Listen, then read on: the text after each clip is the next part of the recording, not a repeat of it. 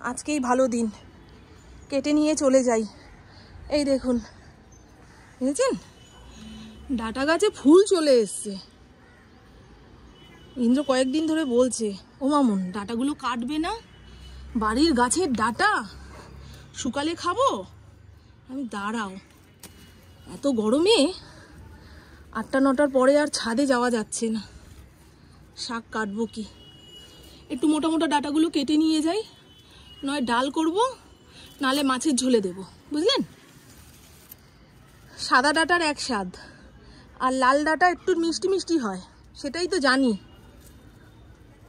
বুঝলেন বাবা, কাটা যায় না গো, গাছের জিনিস যখন পারবো টাটকা টাটকা খাবো, ঘরে ফেলে বাসি করে লাভ নেই। গাছগুলো দেখুন, দুদিন বৃষ্টির জল পেয়ে কেমন সবুজ সতেজ হয়ে গেছে। এই বেলি ফুলের গাছটা ভেবেছিলাম ব্যালকনিতে লাগাবো, সময়ই হলো না।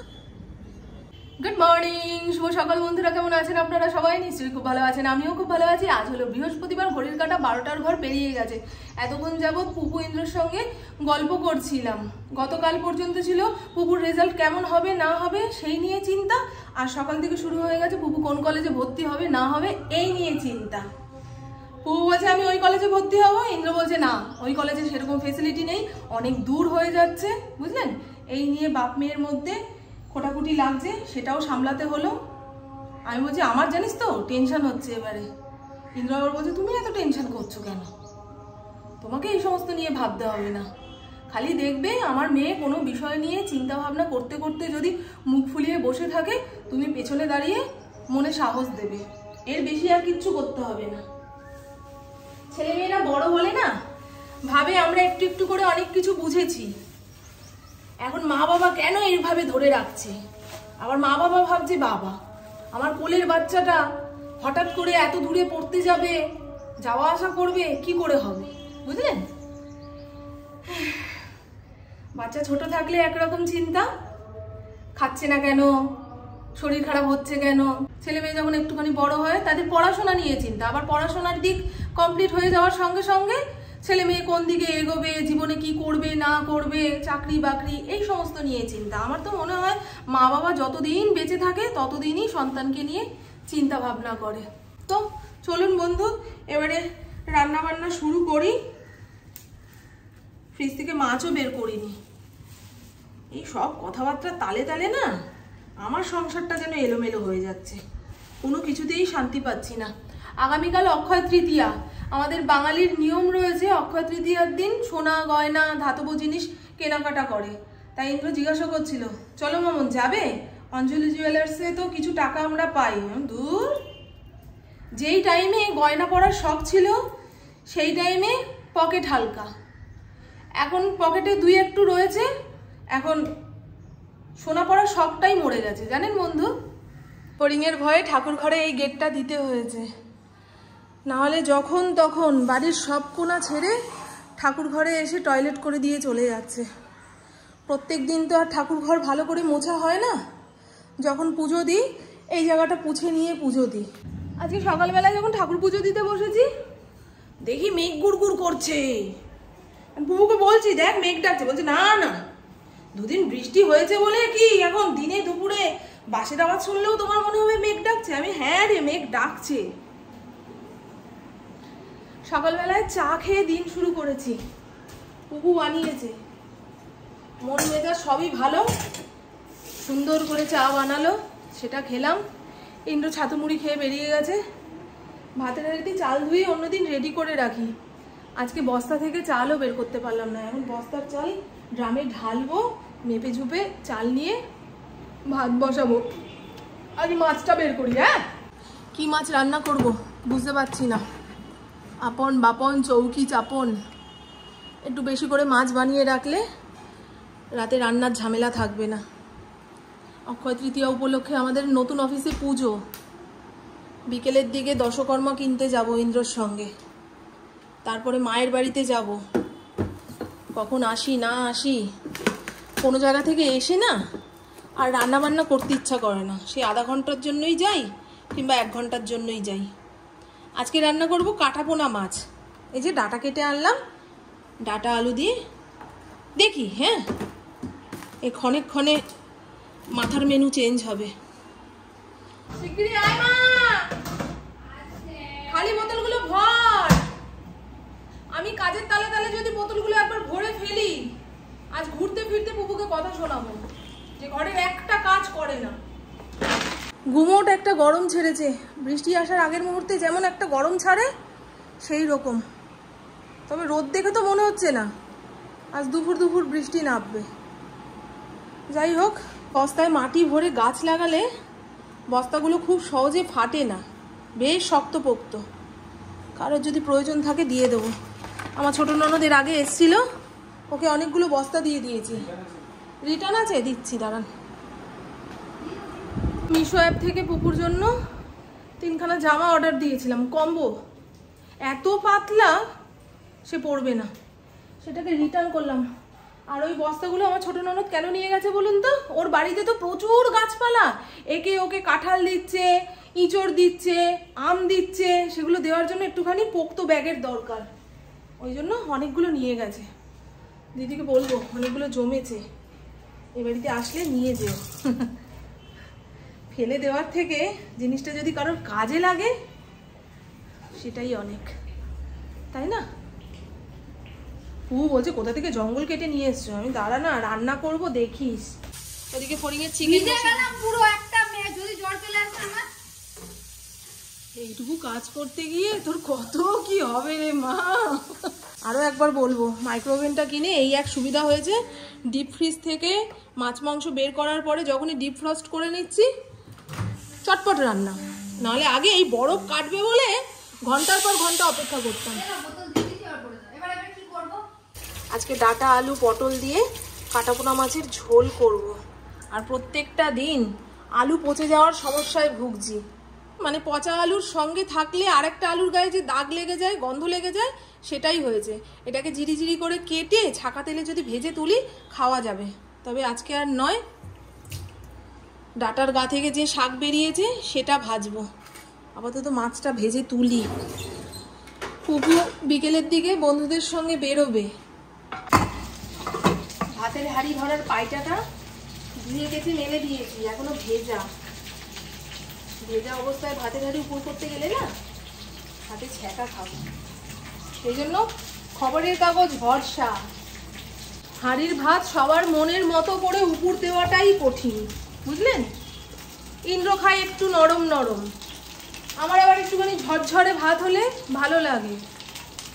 তবে আজ নতুন বস্তার চাল, জানি না হাড়ির ভেতরে কি হয়ে বসে রইল।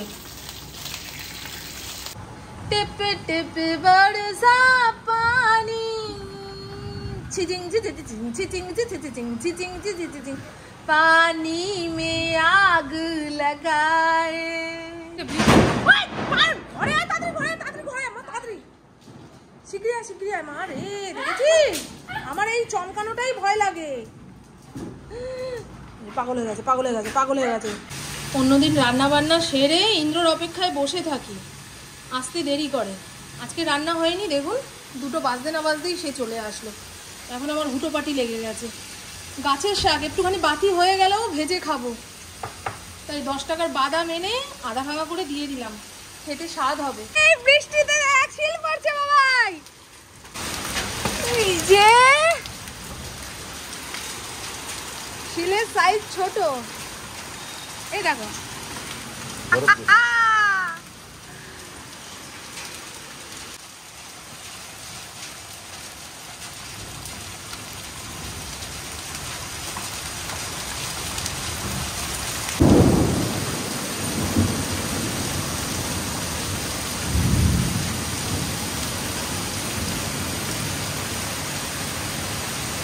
এই জানলাটা খুলে দিলে এত সুন্দর বৃষ্টি দেখা যায়। এই দেখুন, শিলা বৃষ্টিটা বন্ধ হয়েছে, এখন গুড়ি গুড়ি বৃষ্টি পড়ছে, চারিপাশ পুরো সাদা। ঝমঝমিয়ে বৃষ্টি পড়লে সেটা দেখতে বেশি ভালো লাগে। চলুন, ডাটা আলু পটল দিয়ে কাটাপোনা মাছের ঝোল। দেখেছেন রংটা কি ভালো এসছে। আজকে ঘরে কাঁচা লঙ্কা ছিল না, যেটুকু ছিল শুকিয়ে পাকিয়ে মিষ্টি হয়ে গেছে, তাই শুকনো লঙ্কার গুঁড়ো দিয়ে রান্না করেছি। আর এই হলো গাছের শাক বাদাম দিয়ে ভাজলাম। সবাই স্নান করে খাওয়ার জন্য অপেক্ষা করছে। আর দেখুন, বললাম কাজকর্ম শেষ হবে, বৃষ্টিও থেমে যাবে। Good evening. এখন সময় সন্ধে 6:30। ইন্দ্রর সঙ্গে একটু বেরোতে হবে। আগামীকাল অক্ষয় তৃতীয়া। আমাদের ছোট অফিসে পুজো রয়েছে। ঠাকুরমশাই যে ফদ্দ দিয়ে গেছে সেই ফদ্দ মিলিয়ে দশকর্মা, ফুল, মিষ্টি নিয়ে আসতে হবে। কাল সকাল 10টা সাড়ে 10টার সময় ঠাকুরমশাই আসলেই পুজো শুরু। তবে আজ দুপুর থেকে যে বৃষ্টি নেমেছে এখনো পর্যন্ত ঝিরঝির করে হয়েই যাচ্ছে। কিছুদিন যাবৎ আমার ঘরের বাইরে পা রাখতে ইচ্ছা করছে না। শুনতে পাচ্ছেন গুড়গুড় করে আওয়াজ হচ্ছে? ঘরের বাইরে পা রাখতে ইচ্ছা করছে না, তার মধ্যে তাপানো গরম, হঠাৎ করে বৃষ্টি অনিচ্ছার আগুনে ঘি ঢালছে। মোটে ইচ্ছা করছিল না। তবে ইন্দ্র তো সবকিছু বুঝে শুনে আনতে পারবে না। পুকুর আজকে বন্ধুদের সঙ্গে বেরোনোর কথা ছিল, বৃষ্টি এসে সব মাটি করে দিল। আমি বললাম চল আমাদের সঙ্গে। বলছে দূর, তোমরা তো যাবে আসবে ভিজে ভিজে, তোমাদের সঙ্গে গিয়ে কি লাভ। ফর্দটা নিয়েছো? ওটাই তো আসল। তারপরে ঠাকুর মশাই এসে বলবে এটা আনুনি ওটা আনুনি, ফর্দতে তো ছিল। আমাকে অনেকেই বলে মামুন্দি তুমি তো তোমার বাপের বাড়িতে যাও, ইন্দ্রদাকে তো কোনোদিন দেখি না শ্বশুর বাড়িতে যেতে। এই দেখুন, ইন্দ্রদা প্রয়োজন ছাড়া শ্বশুর বাড়িতে যায় না। এখন কাজ চলছে তো, দুই বেলায় এসে দেখতে হচ্ছে কাজ কত দূর এগোলো না এগোলো, মনের মতো করে কাজ হচ্ছে কিনা। এই দেখো গো, ঝড় না ওঠে। হ্যাঁ তাড়াতাড়ি করবো। হ্যাঁ দিদা ওই বাড়িতেই রয়েছে। আমার মেয়ের রেজাল্ট খুব ভালো হয়েছে, ফার্স্ট ডিভিশন পেয়েছে। হ্যাঁ যা করার তাড়াতাড়ি। মা ইয়ে দাও, গুছাও গোপালের জামা কাপড় যে বানিয়েছো। বাবা কালকে তো অক্ষয় তৃতীয়ার পুজো দেবো, 10টা সাড়ে 10টার সময়। মা যেতে পারবা? কেমন ঝিরঝির করে বৃষ্টি নামলো। রাতের বেলায় আর ঘর দোর কি দেখাবো, শুধু রড পোতা হয়েছে, কলম দাঁড়িয়ে গেলেই ব্যাস। ঢালাই হয়ে গেছে। ও ওইটুকু ঢালাই আর কি দেখাবো দর্শককে, অর্ধেক হবে তারপরে বাড়ি ঘর দুয়ার দেখবে। চলো চলো চলো চলো চলো, ঝড় উঠে গেলে মুশকিল হয়ে যাবে। ও মা আসলাম মা। হ্যাঁ তাহলে কালকে কখন যাবা মা? হ্যাঁ হ্যাঁ তাহলে কালকে আমাদের বাড়িতে খাওয়া দাওয়া করে একেবারে বিকেলের দিকে এসো। বাবা চলে যাবে। হ্যাঁ নিমন্ত্রণ তোমাদের। এই সমস্ত কালকেই করে নিতে পারতাম না।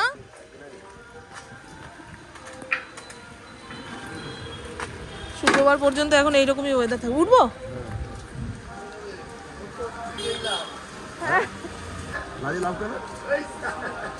এক্ষুনি আমাকে গাড়ি থেকে ফেলে দেবে।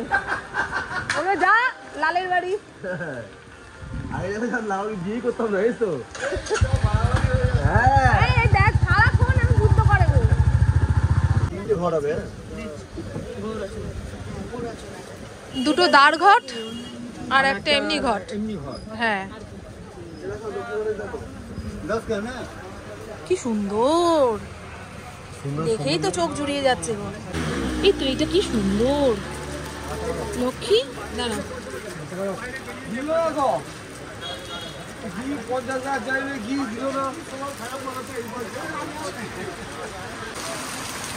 দশকর্মার সমস্ত জিনিস কেনাকাটা করে দোকানেই দাঁড়িয়ে রয়েছি। যা মুষলধারে বৃষ্টি নেমেছে, সামনেই বাজার, এগুলোই সবকিছু কিনতে পারি, কিন্তু ওই বেরোতেই পারছি না। না আমি আমার বন্ধুদের বলছি। ঠিক আছে তো, আজকেই নাকি নেবে? আজ গাড়িটা ঢোকাবে।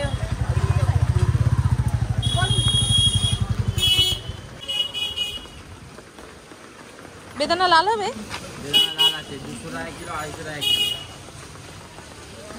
বললাম আজকে ফলের বাজার করতে হবে না, হুটোপাটির মধ্যে কি থেকে কি তুলে নিয়ে যাব। দাঁড়াও, ওখানে 93 টাকা হয়েছে। এটা দাও, এটা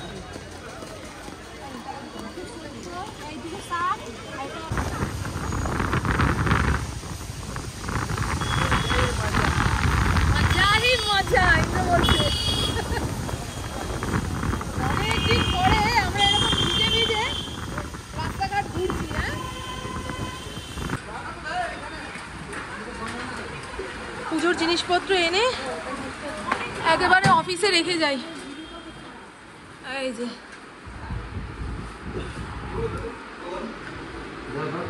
এখানে ঠাকুর আছে দেখো দাদা, এই যে এটা না, তুলে নাও।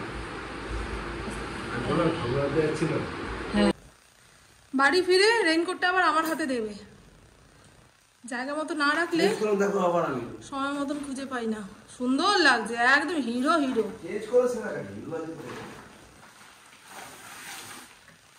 দেখো জামা প্যান্ট দুটোই আছে নাকি? এইটা তো নয়, আরেকটা ছিল যে এটাই এখন, এটা নয় সেটা। প্যান্ট দাওনি তুমি আমার হাতে, জামাটা দিয়েছো ওটাই শুকিয়ে গুছিয়ে রেখেছি।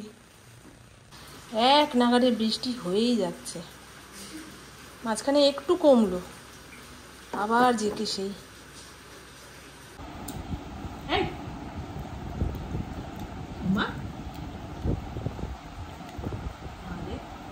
এতক্ষণ যাবৎ আমার ফোনের জন্য অপেক্ষা করছিলাম। আপনাদের যে টাটা বাই বাই বলবো, পুপুর ফটো তোলাই হচ্ছে না। পুপুর না নিজস্ব ভালো ফোন নেই, এতকাল যাবৎ আমাদের পুরনো বাতিল করা ফোনটাই ইউজ করেছে। 9 পর্যন্ত তো কোনো ফোনই ছিল না, ইনডোর ফোনটা ব্যবহার করতো। ইনডোর যতক্ষণ বাড়িতে থাকতো ইনডোর ফোন ওর দখলে। ওই যাই হোক, 9 থেকে আমার ভালো মনে আছে 10 থেকে। তারপরে তুই ট্রেনে উঠে গেলি। হ্যাঁ ভাঙা ফোন, বাবা আমার দর্শক শুনেছে তোকে ভাঙা ফোনই দিয়েছি, ভাঙা ফোনই দিয়েছি। ছোটরা ফোন ব্যবহারই করে না। হ্যাঁ, এখন কলেজে ভর্তির পাটটা চুকে যাক, বাবাইকে নিয়ে কলকাতায় যাবে, ভালো রকমের একটা ফোন ইয়ে করবে, তাই তো?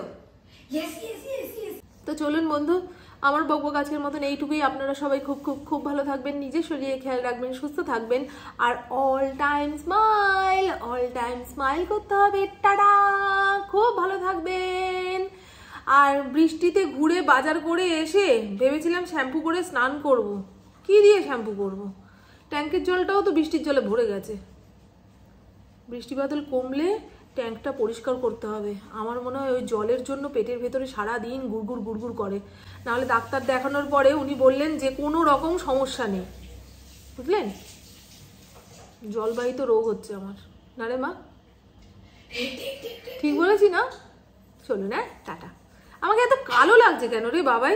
তুই আমার ফোনটা নিলেই দেখেছি উল্টো পাল্টা সেটিংস করে রেখে দিস, আমি যেমনটি চাই তেমনটি পাই না।